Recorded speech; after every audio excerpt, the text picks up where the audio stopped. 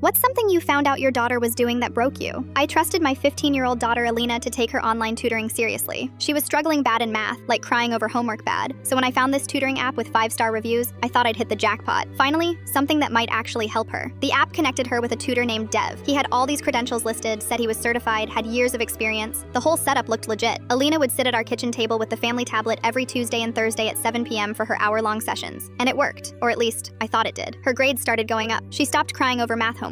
She actually seemed excited about her sessions, which was weird for Alina because she usually hated anything school-related. She'd come downstairs after each session with this huge smile, saying things like, "Dev thinks I'm getting so much better," or "Dev says I have a natural talent for numbers." I was thrilled. Finally, my daughter found confidence in something she struggled with. I even bragged to other parents about how this online tutoring was a game changer. Then last Thursday, I got a call from my friend Jessica. Her daughter Emma goes to school with Alina, and they're pretty close. Jessica sounded uncomfortable on the phone, like she didn't want to be making this call. "Hey, I don't want to overstep, but Emma mentioned something that made me a little worried," she said. She said Alina was talking about some guy named Dev who sends her songs and playlists after their lessons, and that he tells her she has a really calming voice. My stomach dropped. Songs? Playlists? That wasn't math tutoring. That night, after Alina went to bed, I checked the family tablet. I knew her password because she never changed it from when she was younger. What I found made me feel sick to my stomach. There were private messages between her and Dev that had nothing to do with math. Flirty emojis, heart eyes, winking faces, links to romantic songs on Spotify with messages like, "This reminded me of you," and "Thought you'd like this one." There was even a voice message where he said she had the most beautiful, calming voice he'd ever heard, and that talking to her was the highlight of his week. The worst part? There wasn't a single math problem in sight. No equations, no homework help, nothing educational at all. Just this grown man complimenting my 15-year-old daughter and sending her love songs. I couldn't sleep that night. I kept thinking about all those Tuesday and Thursday sessions, how happy she seemed afterward, how she'd put in earbuds right after and listen to music with this dreamy look on her face.